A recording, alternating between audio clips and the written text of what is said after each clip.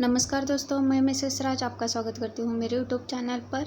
आज हम इस वीडियो में राजा नरबसिया कमलेश्वर जी की कहानी है, जो यूजीसी नेट जेआरएफ तथा महाराष्ट्र सेट उसके साथ ही कर्नाटक सेट एग्ज़ाम में इकाई 7 हिंदी कहानियों में हिंदी पेपर जो दूसरा पेपर है उसमें रखी गई है। और पहले वीडियो में हमने इस कहानी की जो मूल कथा है आधी पढ़ चुके हैं, और जो आधी कहानी बची है राजा नरबसिया की उसे हम इस वीडियो में पूरा करेंगे। और अगले वीडियो में इस कहानी की जो संक्षिप्त कथा है और उसके जो पात्र है और इस कहानी की जो महत्वपूर्ण विशेषता है एग्ज़ाम के दृष्टिकोण से, हम उसे पूरा करेंगे। तो अब हम यह कहानी जो मैं पढ़ रही हूँ यह अकॉर्डिंग टू न्यू सिलेबस है। और तो दोस्तों, आप मेरे चैनल को सब्सक्राइब कीजिएगा,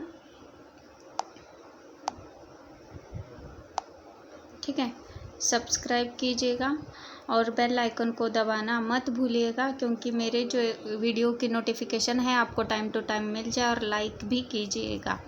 तो अगर आपको यह वीडियो अच्छा लगे तो आपके दोस्तों को भी शेयर कीजिएगा, क्योंकि जो भी एग्ज़ाम के रिलेटेड महत्वपूर्ण वीडियो होंगी उसका लाभ उन्हें भी मिले और एग्ज़ाम में अच्छे मार्क्स लेकर आए। Let's crack it. और मैं फर्स्ट डिवीज़न के तौर पर पेपर 1 की जो भी टीचिंग एप्टीट्यूड की है, जो चैप्टर है टीचिंग एप्टीट्यूड का, तो उस पर फर्स्ट डिवीज़न शुरू कर दिया है, तो उसे भी आप देख सकते हैं। और अब तक मैंने टीचिंग एप्टीट्यूड पर 3 वीडियो डाल दिए फर्स्ट डिवीज़न के तौर पर, और जो उसकी नोट्स अगर चाहिए आपको तो आप मुझे कमेंट करके बता सकते हैं। और मुझे टेलीग्राम पर भी फॉलो कर सकते हैं। टेलीग्राम पर एजुकेशन विथ मी इस नाम से अगर आप सर्च करेंगे तो आपको मेरा चैनल मिल जाएगा। और यहाँ पर देखिए, मैं बताना चाहती हूँ कि जो हमारी एग्ज़ाम है अभी मैंने मिनिस्ट्री ऑफ एजुकेशन की जो ट्विटर है उस पर मैंने देखा है कि एग्ज़ाम पोस्टपोन हो चुकी है, तो आपको और भी समय मिल जाएगा प्रिपरेशन करने के लिए और अपने एग्ज़ाम को क्रैक कर आप अपने मकाम को हासिल भी कर सकते हैं। अगर हो सके तो आप मन लगाकर पढ़ाई कीजिएगा, और मैं चाहती हूँ कि आप मेरे साथ पढ़ाई करेंगे तो 100% आपका रिज़ल्ट क्लियर हो जाएगा। तो शुरू करते हैं हमारी कहानी राजा नरबसिया। इस कहानी की जो मूल कथा है मेरे स्वर में पढ़ेंगे।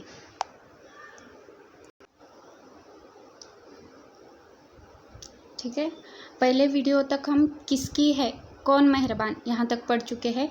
चंदा उसकी आवाज़ सुनकर कमरे से बाहर निकल कर जैसे खुशखबरी सुना रही थी। अपने कंपाउंडर साहब आए हैं, खोजते खोजते आज घर का पता पाए हैं, तुम्हारे इंतज़ार में बैठे हैं। कौन? बच्चन सिंह? अच्छा, वही तो मैं कहूँ। भला कौन? कहता जगपति पास पहुँचा और बातों में इस तरह उलझ गया जैसे सारी परिस्थिति उसने स्वीकार कर ली हो। और बच्चन सिंह जब फिर आने के बाद कहकर चला गया तो चंदा ने बहुत अपनेपन से जगपति के सामने बात शुरू की। जाने कैसे कैसे आदमी होते हैं। क्यों, क्या हुआ? कैसे होते हैं आदमी? जगपति ने पूछा। इतनी छोटी जान पहचान में तुम मर्दों के घर में न रहते घुस कर बैठ सकते हो? तुम तो उल्टे पैर लौट आओगे। चंदा कहकर जगपति के मुख पर कुछ इच्छित प्रतिक्रिया देख सकने के लिए गहरी निगाहों से ताकने लगी। जगपति ने चंदा की ओर ऐसे देखा जैसे यह बात भी कहने की या पूछने की है। फिर बोला, बच्चन सिंह अपनी तरह का आदमी है, अपनी तरह का अकेला होगा। पर कहते कहते चंदा रुक गई। आड़े वक्त काम आने वाले आदमी है, लेकिन उससे फ़ायदा उठा सकना जितना आसान है उतना मेरा मतलब है कि जिससे कुछ लिया जाएगा उसे दिया भी जाएगा। जगपति ने आंखें दीवार पर गड़ाते हुए कहा और चंदा उठकर चली गई। उस दिन के बाद बच्चन सिंह लगभग रोज़ ही आने जाने लगा। जगपति उसके साथ इधर उधर घूमता भी रहता। बच्चन सिंह के साथ वह जब तक रहता, अजीब सी घुटन उसके दिल को बांध लेती और तभी जीवन की तमाम विषमताएं भी उसकी निगाहों के सामने उभरने लगती।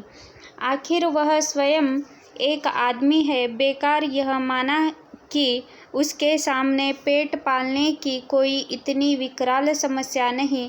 वह भूखों नहीं मर रहा है, जाड़े में कांप नहीं रहा है, पर उसके 2 हाथ पैर है, शरीर का पिंजरा है जो कुछ मांगता है कुछ और वह सोचता।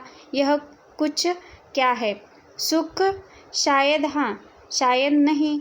वह तो दुख में भी जी सकने का आदी है, अभावों में जीवित रह सकने वाला आश्चर्यजनक कीड़ा है। तो फिर वासना? शायद हाँ, शायद नहीं। चंदा का शरीर लेकर उसने उस क्षणिकता को भी देखा है। तो फिर धन? शायद हाँ, शायद नहीं। उसने धन के लिए अपने को खपाया है, पर वह भी उस अदृश्य प्यास को बुझा नहीं पाया। तो फिर क्या? वह क्या कुछ क्या है जो उसकी आत्मा में नासूर सा रिश्ता रहता है, अपना उपचार मांगता है? शायद काम? हाँ, यही, बिल्कुल यही, जो उसके जीवन की घड़ियों को निपट सुना न छोड़े, जिसमें वह अपनी शक्ति लगा सके, अपना मन डुबो सके, अपने को सार्थक अनुभव कर सके, चाहे उसमें सुख हो या दुख, आरक्षा हो या सुरक्षा, शोषण हो या पोषण। उसे सिर्फ काम चाहिए, करने के लिए कुछ चाहिए। यही तो उसकी प्रकृत आवश्यकता है, पहली और आखिरी मांग है, क्योंकि वह उस घर में नहीं पैदा हुआ जहाँ सिर्फ जबान हिलाकर शासन करने वाले होते हैं। वह उस घर में भी नहीं पैदा हुआ जहाँ सिर्फ मांग कर जीने वाले होते हैं। वह उस घर का है जो सिर्फ काम करना जानता है, काम ही जिसकी आस है, सिर्फ वह काम चाहता है, काम। और एक दिन उसकी काम धाम की समस्या भी हल हो गई। तालाब वाले ऊंचे मैदान के दक्षिण और जगपति की लकड़ी की टाल खुल गई, बोर्ड तक टंग गया, टाल की जमीन पर लक्ष्मी पूजन भी हो गया और हवन भी हुआ। लकड़ी को कोई कमी नहीं थी। गांव से आने वाली गाड़ियों को इस कारोबार में पैरे हुए आदमियों की मदद से मोल तोल करवा के वहां गिरवा दिया गया। गांठें एक और रखी गई, चैलों का चट्टा करीने से लग गया और गुद्दे चीरने के लिए डाल दिए गए। 2-3 गाड़ियों का सौदा करके टाल चालू कर दी गई। भविष्य में स्वयं पेड़ खरीद कर काटने का तय किया गया। बड़ी बड़ी स्कीमें बनी कि किस तरह जलाने की लकड़ी से बढ़ाते बढ़ाते एक दिन इमारती लकड़ी की कोठी बन गई। चीरने की नई मशीन लगेगी। कारोबार बढ़ जाने पर बच्चन सिंह भी नौकरी छोड़कर उसी में लग जाएगा और उसने महसूस किया कि वह काम में लग गया है। अब 24 घंटे उसके सामने काम है, उसके समय का उपयोग है। दिन भर में वह 1 घंटे के लिए किसी का मित्र हो सकता है, कुछ देर के लिए वह पति हो सकता है, पर बाकी समय, दिन और रात के बाकी घंटे, उन घंटों के अभाव को सिर्फ उसका अपना काम ही भर सकता है। और अब वह कामदार था। वह कामदार तो था, लेकिन जब टाल की उस ऊंची जमीन पर पड़े छप्पर के नीचे तख्त पर वह गला रख कर बैठता, सामने लगे लकड़ियों के ढेर, कटे हुए पेड़ के तने, जड़ों को लुढ़का हुआ देखता, तो एक निरीहता बरबस उसके दिल को बांधने लगती। उसे लगता एक व्यर्थ पिशाच का शरीर टुकड़े टुकड़े करके उसके सामने डाल दिया गया है। फिर इन पर कुल्हाड़ी चलेगी और इनके रेशे रेशे अलग हो जाएंगे और तब इनकी ठठरियों को सुखाकर किसी पैसे वाले के हाथ तक पर तौलकर बेच दिया जाएगा और तब उसकी निगाहें सामने खड़े ताड़ पर अटक जाती, जिसके बड़े बड़े पत्तों पर सुर्ख गर्दन वाले गिद्ध पर फड़फड़ा कर देर तक खामोश बैठे रहते। ताड़ का काला गडरेदार तना और उसके सामने ठहरी हुई वायु में निस्सहाय कांपती भारहीन नीम की पत्तियां चकारती झड़ती रहती। धूल भरी धरती पर लकड़ी की गाड़ियों के पहियों की पड़ी हुई लीक धुंधली सी चमक उठती और बगल वाले मूंगफली के पेंच की एक रस खरखराती आवाज कानों में भरने लगती। बगल वाली कच्ची पगडंडी से कोई गुजर कर टीले के ढलान से तालाब की निचाई में उतर जाता, जिसके गंदले पानी में कूड़ा तैरता रहता और सुअर कीचड़ में मुंह डालकर उस कूड़े को रौंदते। दोपहर सिमटती और शाम की धुंध छाने लगती तो वह लालटेन जलाकर छप्पर के खंभे की कील में टांग देता और उसके थोड़ी ही देर बाद अस्पताल वाली सड़क से बच्चन सिंह एक काले धब्बे की तरह आता दिखाई पड़ता। गहरे पड़ते अंधेरे में उसका आकार धीरे धीरे बढ़ता जाता और जगपति के सामने जब वह आकर खड़ा होता तो वह उसे बहुत विशाल सा लगने लगता, जिसके सामने उसे अपना अस्तित्व डूबता महसूस होता।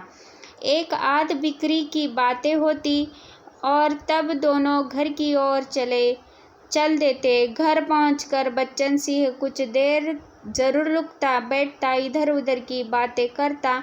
कभी मौका पड़ जाता तो जगपति और बच्चन सिंह की थाली भी साथ लग जाती और चंदा सामने बैठकर दोनों को खिलाती। बच्चन सिंह बोलता जाता, क्या तरकारी बनी है? मसाला ऐसा पड़ा है कि उसकी भी बहार है और तरकारी का स्वाद भी न मरा। होटलों में या तो मसाले ही मसाला रहेगा या सिर्फ तरकारी ही तरकारी। वाह वाह, क्या बात है अंदाज की। और चंदा बीच बीच में टोक कर बोलती जाती, इन्हें तो जब तक दाल में प्याज का भुना घी न मिले तब तक पेट ही नहीं भरता, या सिरका अगर इन्हें मिल जाए तो समझो सब कुछ मिल गया। पहले मुझे सिरका न जाने कैसे लगता था, पर अब ऐसा जबान पर चढ़ा है कि या इन्हें कागज सी पतली रोटी पसंद ही नहीं आती। अब मुझसे कोई पतली रोटी बनाने को कहे तो बनती ही नहीं, आदत पड़ गई है और फिर मन ही नहीं करता।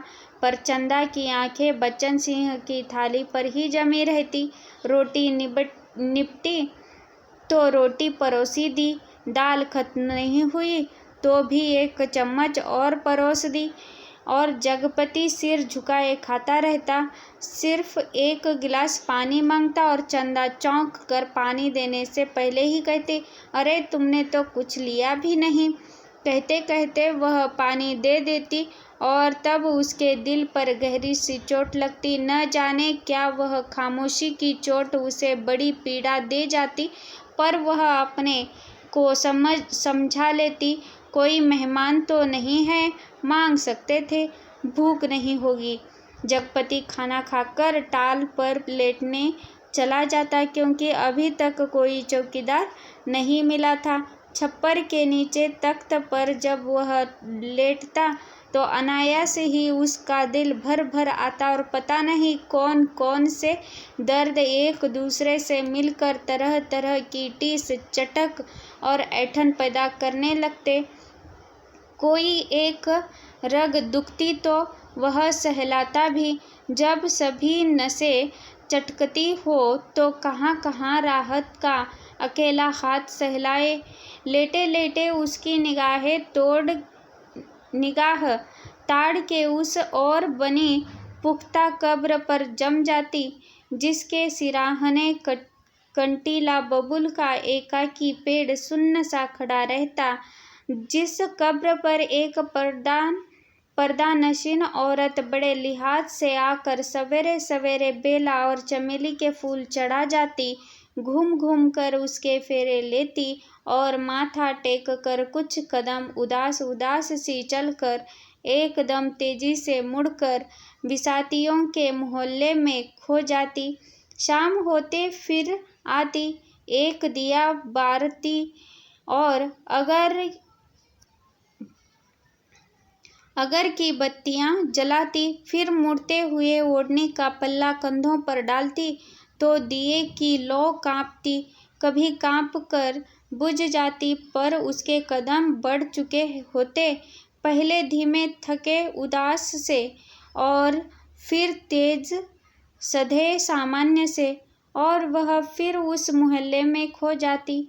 और तब रात की तन्हाइयों में बबूल के कांटों के बीच उस सायन सायन करते ऊंचे नीचे मैदान में जैसे उस कब्र से कोई रूह निकल कर निपट अकेली भटकती रहती। तभी ताड़ पर बैठे सुर्ख गर्दन वाले गिद्ध मनहूस सी आवाज में किलबिला उठते और ताड़ के पत्ते भयानकता से खड़बड़ा उठते। जगपति का बदन कांप जाता और वह भटकती रूह जिंदा रह सकने के लिए जैसे कब्र की ईंटों में बबूल के साया तले दुबक जाती। जगपति अपनी टांगों को पेट से भींचकर कंबल से मुंह छुपा औंधा लेट जाता। तड़के ही ठेके पर लगे लकड़हारे लकड़ी चीरने आ जाते, तब जगपति कंबल लपेट घर की ओर चला जाता। राजा रोज सवेरे टहलने जाते थे। माँ सुनाया करती थी, एक दिन जैसे ही महल के बाहर निकल कर आए कि सड़क पर झाड़ू लगवाने वाली मेहतरानी उन्हें देखते ही अपना झाड़ू पंजा पटक कर माथा पीटने लगी और कहने लगी, हाय राम, आज राजा नरबसिया का मुंह देखा है, न जाने रोटी भी नसीब होगी कि नहीं, न जाने कौन सा विपत टूट पड़े। राजा को इतना दुख हुआ कि उल्टे पैर महल को लौट गए। मंत्री को हुक्म दिया कि उस मेहतरानी का घर नाज से भर दे और सब राजसी वस्त्र उतार। राजा उसी क्षण जंगल की ओर चले गए। उस रात रानी को सपना हुआ कि कल की रात तेरी मनोकामना पूरी करने वाली है। रानी बहुत पछता रही थी, पर फौरन ही रानी राजा को खोजती खोजती उस सराय में पहुंच गई जहां वह टिके हुए थे। रानी भेष बदल कर सेवा करने वाली भटियारिन बनकर राजे के पास रात में पहुंची। रात भर उनके साथ रही और सुबह राजा के जगने से पहले सराय छोड़ महल में लौट गई। राजा सुबह उठकर दूसरे देश की ओर चले गए। दो ही दिनों में राजा के निकल जाने की खबर राज भर में फैल गई। राजा निकल गए, चारों तरफ यही खबर थी और उस दिन टोले मोहल्ले के हर आंगन में बरसात के मेह की तरह यह खबर बरस कर फैल गई कि चंदा के बाल बच्चा होने वाला है। नुक्कड़ पर जमुना सुनार की कोठरी में फींकती सुरही रुक गई। मुंशी जी ने अपना मिजान लगाना छोड़ विस्फारित नेत्रों से ताक कर खबर सुनी। बंसी किराने वाले ने कुएं में से आधी गई रस्सी खींच डोल मन पर पटक कर सुना। सुदर्शन दर्जी ने मशीन के पहिए को हथेली से रगड़ कर रोक कर सुना।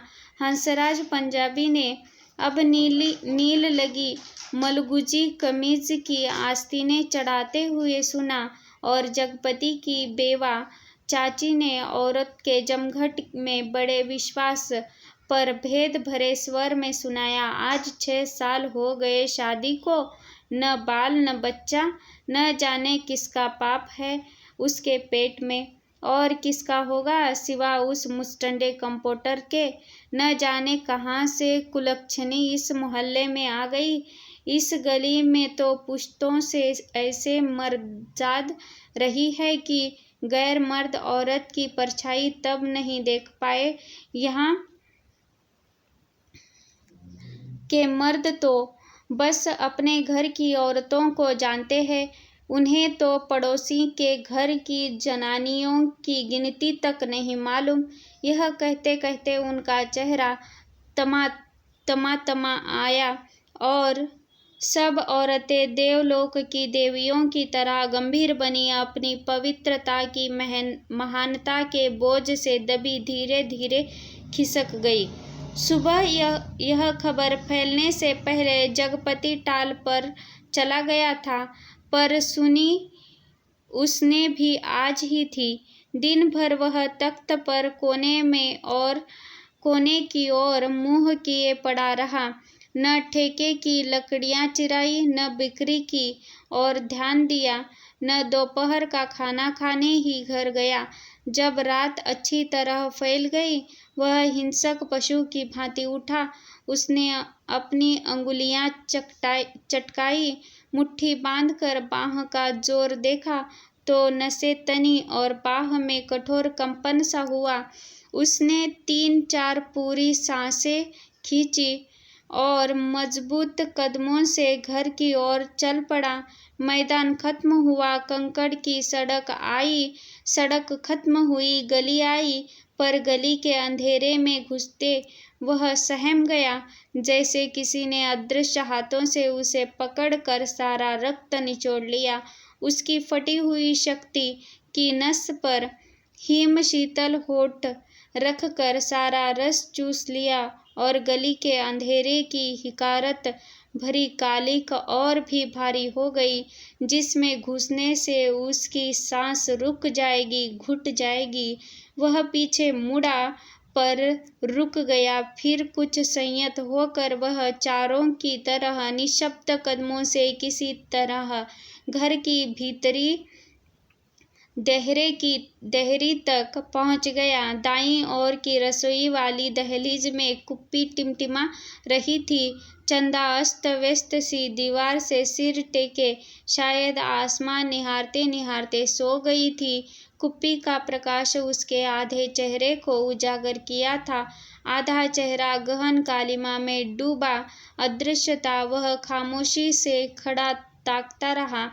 चंदा के चेहरे पर नारीत्व की प्रौढ़ता आज उसे दिखाई दी। चेहरे की सारी कमनीयता न जाने कहाँ खो गई थी, उसका अछूतापन न जाने कहाँ लुप्त हो गया था। फूला फूला मुख जैसे टहनी से तोड़े फूल को पानी में डालकर ताज़ा ताज़ा किया गया हो, जिसकी पंखुड़ियों में टूटन की सुरमई रेखाएं पड़ गई हो, पर भीगने से भारीपन आ गया हो। उसके खुले पैर पर उसकी निगाह पड़ी तो सूजा सा लगा, एड़ी भरी सूजी सी और नाखूनों के पास अजब सा सूखापन। जगपति का दिल एक बार महसूस उठा। उसने चाहा कि बढ़कर उसे उठा ले, अपने हाथों से उसका पूरा शरीर छू छू कर सारा कलुष पोंछ दे, उसे अपनी सांसों की अग्नि में तपाकर एक बार फिर पवित्र कर ले और उसकी आंखों की गहराइयों में झांक कर कहे, देवलोक से किसी शापवश निर्वासित हो तुम इधर आ गई चंदा। यह शाप तो अमिटा था। तभी चंदा ने हड़बड़ा कर आंखें खोली। जगपति को सामने देख उसे लगा कि वह एकदम नंगी हो गई हो। अतिशय लज्जित हो उसने अपने पैर समेट लिए, घुटनों से धोती नीचे सरकाई और बहुत ही संयत उठकर रसोई के अंधेरे में खो गई। जगपति एकदम हताश हो वही कमरे की देहरी पर चौखट से सिर टिका बैठ गया। नज़र कमरे में गई तो लगा कि पराये स्वर में यहाँ गूंज रहे हैं, जिनमें चंदा का भी एक है। एक तरफ घर के हर कोने से अंधेरा सैलाब की तरह बढ़ता आ रहा था, एक अजीब निस्तब्ध असमंजस गति पर, पथभ्रष्ट शक्लें पर आकारहीन। खाना खा लेते चंदा का स्वर कानों में पड़ा। वह अनजाने ऐसे उठ बैठा जैसे तैयार बैठा हो।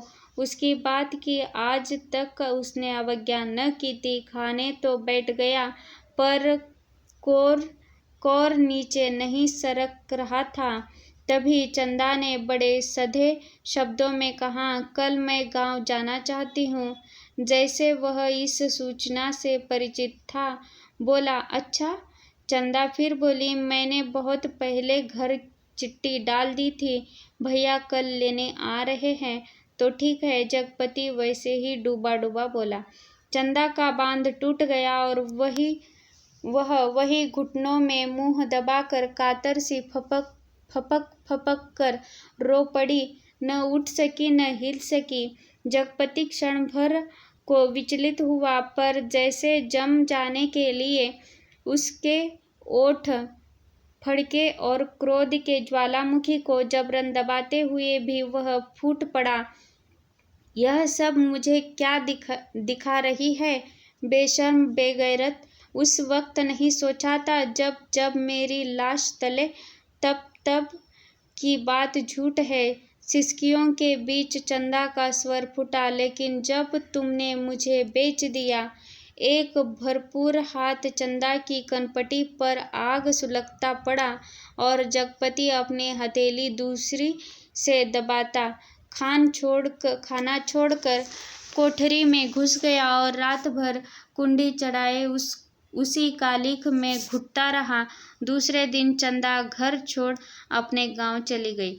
जगपति पूरा दिन और रात टाल पर ही काट देता। उसी बिराने में, तालाब के बगल में, कब्र बबूल और ताड़ के पड़ोस में, पर मन मुर्दा हो गया था। जबरदस्ती वह अपने को ही वही रोक के रहता। उसका दिल होता कहीं निकल जाए, पर ऐसी कमजोरी उसके तन और मन को खोखला कर गई थी कि चाहने पर भी वह जान पाता। हिकारता भरी नजरें सहता, पर वही पड़ा रहता। काफी दिनों के बाद जब नहीं रह गया, तो एक दिन जगपति घर पर ताला लगा। नजदीक के गांव में लकड़ी काटने चला गया। उसे लग रहा था कि अब वह पंगु हो गया है, बिल्कुल लंगड़ा, एक रेंगता कीड़ा, जिसके न आंखें हैं, न कान, न मन, न इच्छा। वह उस बाग में पहुंच गया जहां खरीदे पेड़ कटने थे। दो आरे वालों ने पतले पेड़ के तने पर आरा रखा और कर का अबाध शोर शुरू हो गया। दूसरे पेड़ पर बन्ने और शकुरे की कुल्हाड़ी बज उठी और गांव में दूर उस बाग में एक लयपूर्ण शोर शुरू हो गया।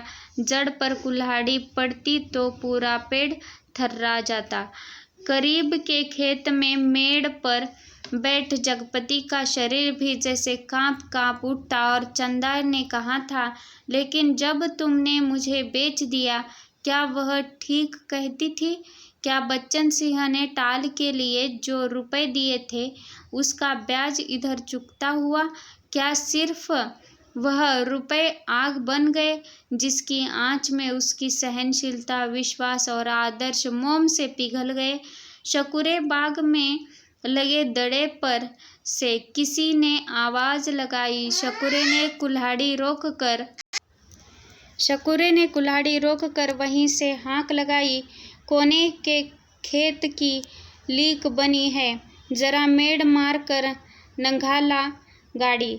जगपति का ध्यान भंग हुआ। उसने मुड़कर दड़े पर आंखें गड़ाई। 2 भैंसा गाड़ियां लकड़ी भरने के लिए आ पहुंची थी। शकुरे ने जगपति के पास आकर कहा, एक गाड़ी का भुर्ता तो हो गया, बल्कि 1.5 का। अब इस पतरिया पेड़ को न छांट दे। जगपति ने उस पेड़ की ओर देखा जिसे काटने के लिए शकूरे ने इशारा किया था। पेड़ की शाखा हरी पत्तियों से भरी थी। वह बोला, अरे यह तो हरा है, अभी इसे छोड़ दो। हरा होने से क्या, उखड़ तो गया है, न फूल का न फल का। अब कौन इसमें फूल फल आएंगे?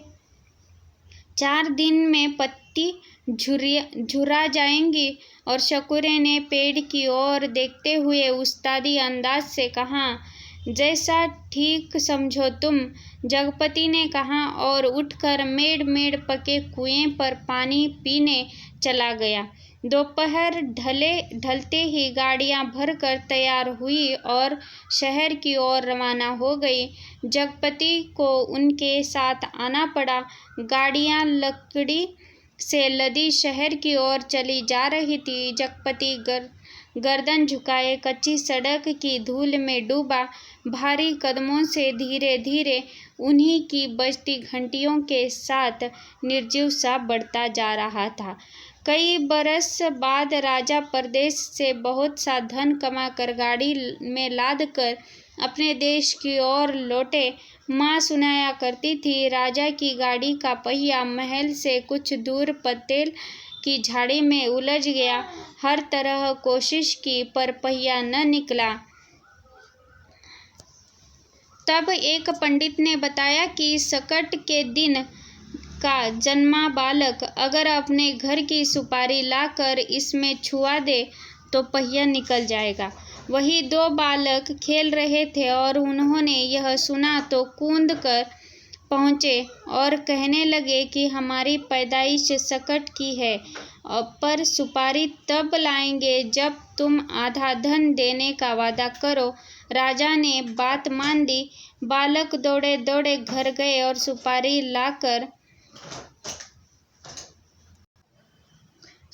लाकर छुआ दी। फिर घर का रास्ता बताते आगे आगे चले। आखिर गाड़ी महल के सामने उन्होंने रोक ली। राजा को बड़ा अचरज हुआ कि हमारे ही महल में ये 2 बालक कहाँ से आ गए। भीतर पहुँचे तो रानी खुशी से बेहाल हो गई। पर राजा ने पहले उन बालकों के बारे में पूछा तो रानी ने कहा कि ये दोनों बालक उन्हीं के राजकुमार हैं। राजा को विश्वास नहीं हुआ। रानी बहुत दुखी हुई। गाड़ियां जब टाल पर आकर लगी और जगपति तख्त पर हाथ पैर ढीले करके बैठ गया तो पगडंडी से गुजरते मुंशी जी ने उसके पास आकर बताया, अभी उस दिन वसूली में तुम्हारी ससुराल के नज़दीक एक गांव में जाना हुआ तो पता लगा कि 15-20 दिन हुए चंदा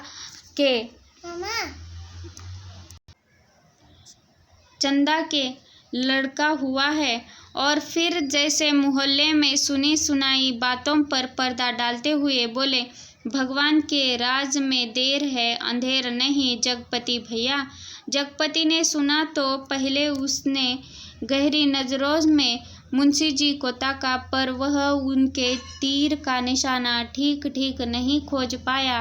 पर सब कुछ सहन करते हुए बोला, देर और अंधेर दोनों है। अंधेर तो सरासर है, तिरिया चिरितर है, सब बड़े बड़े हार गए हैं।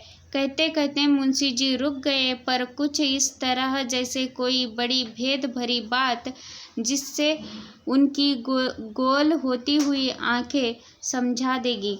जगपति मुंशी जी की तरफ ताकता रह गया और मिनट भर मनहूस सा मौन छाया रहा। उसे तोड़ते हुए मुंशी जी बड़ी दर्द भरी आवाज में बोले, सुन तो लिया होगा तुमने। क्या कहने को जगपति कह गया, पर उसे लगा कि अभी मुंशी जी उस गांव में फैली बातों को ही बड़ी बेदर्दी से कह डालेंगे।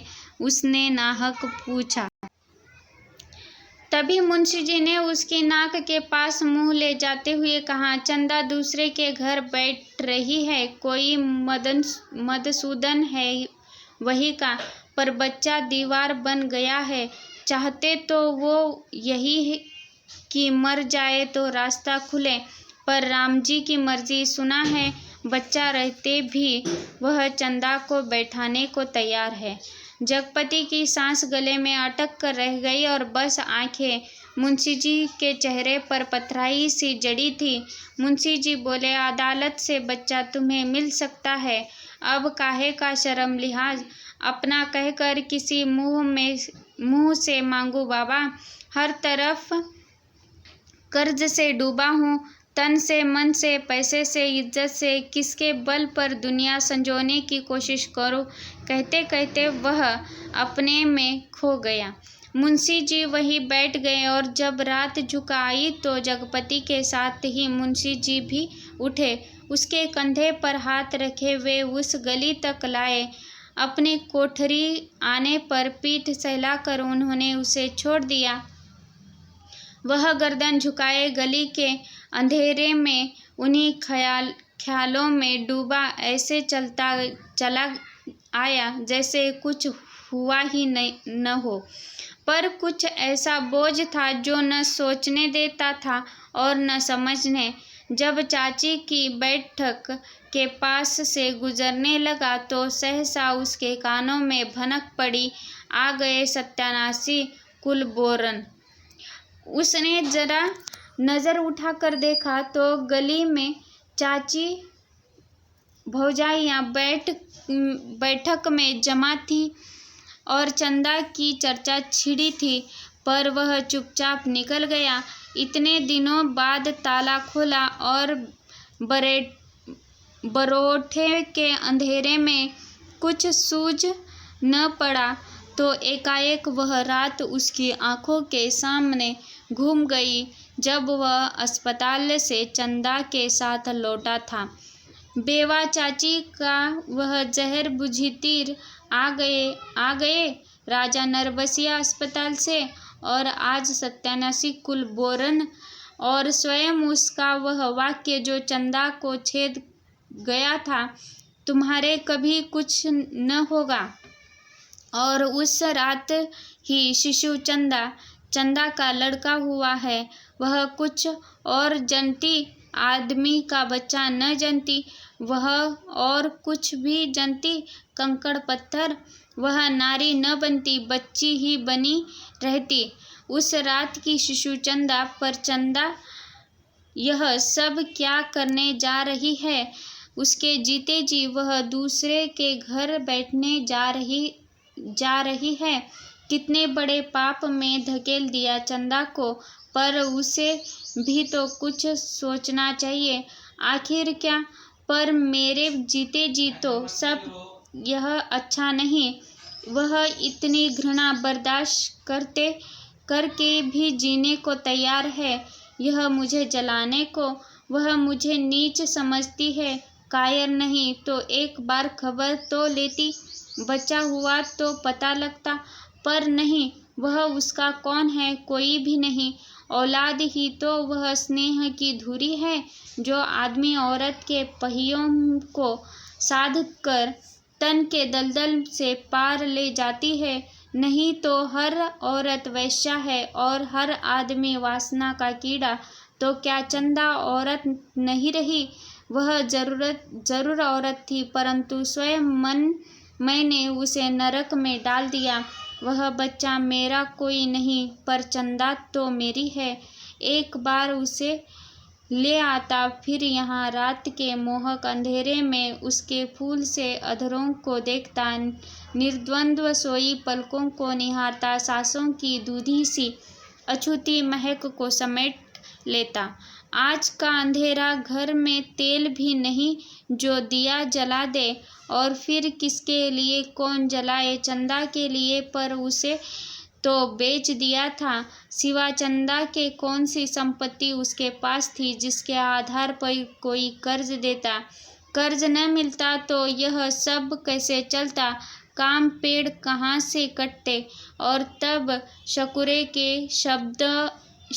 के वे शब्द उसके कानों में गूंज गए, हार होने से क्या, उखड़ तो गया है। वह स्वयं भी तो उगता हुआ पेड़ है, न फूल का न फल का, सब व्यर्थ ही तो है। जो कुछ सोचा उस पर कभी विश्वास न कर पाया।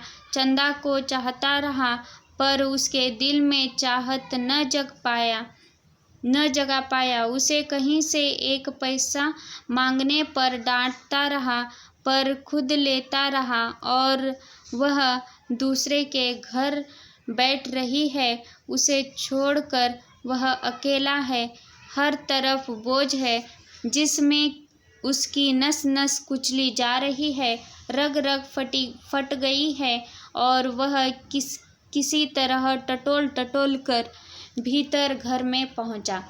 रानी अपने कुल देवता के मंदिर में पहुंची।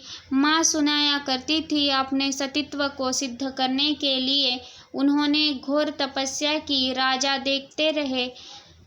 कुल देवता प्रसन्न हुए और उन्होंने अपनी दैवी शक्ति से दोनों बालकों को तत्काल जन्मे शिशुओं में बदल दिया। रानी की छातियों में दूध भर आया और उनमें से धार फूट पड़ी जो शिशुओं के मुंह में गिरने लगी। राजा को रानी के सतीत्व का सबूत मिल गया और उन्होंने रानी के चरण पकड़ लिए और कहा कि तुम देवी हो, ये मेरे पुत्र है। और उस दिन से राजा ने फिर से राजकाज संभाल लिया। पर उसी रात जगपति अपना सारा कारोबार त्याग अफीम और तेल पीकर मर गया, क्योंकि चंदा के पास कोई दैवी शक्ति नहीं थी और जगपति राजा नहीं, बच्चन सिंह कंपाउंडर का कर्जदार था।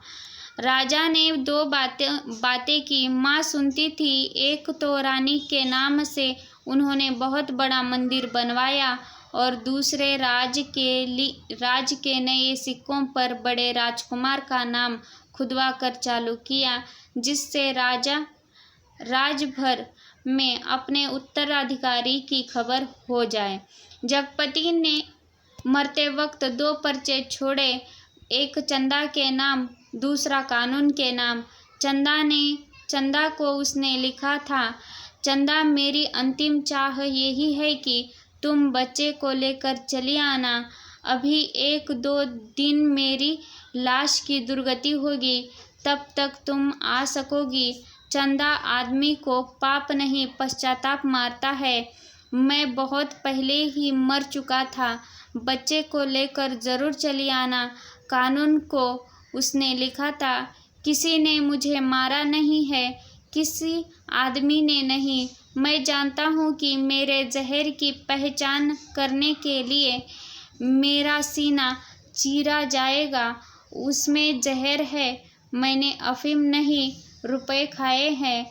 उन रुपयों में कर्ज का जहर था, उसी ने मुझे मारा है। मेरी लाश तब तक न जलाई जाए जब तक चंदा बच्चे को लेकर न आ जाए। आग बच्चे से दिलवाई जाए। बस। माँ जब कहानी समाप्त करती थी तो आसपास बैठे बच्चे फूल चढ़ाते थे। मेरी कहानी भी खत्म हो गई। तो दोस्तों, यहाँ पर कमलेश्वर जी की जो कहानी है राजा नरबसिया, उसे हमने समाप्त कर दिया है। अब हम इस कहानी की जो भी विशेषताएं बनेंगी उस विशेषताओं को और कहानी का जो सार है, संक्षिप्त सार, और इसमें जो रेखांकित किए हुए जो पात्र हैं उन पात्रों का विश्लेषण हम अगले वीडियो में देखेंगे। तब तक के लिए धन्यवाद।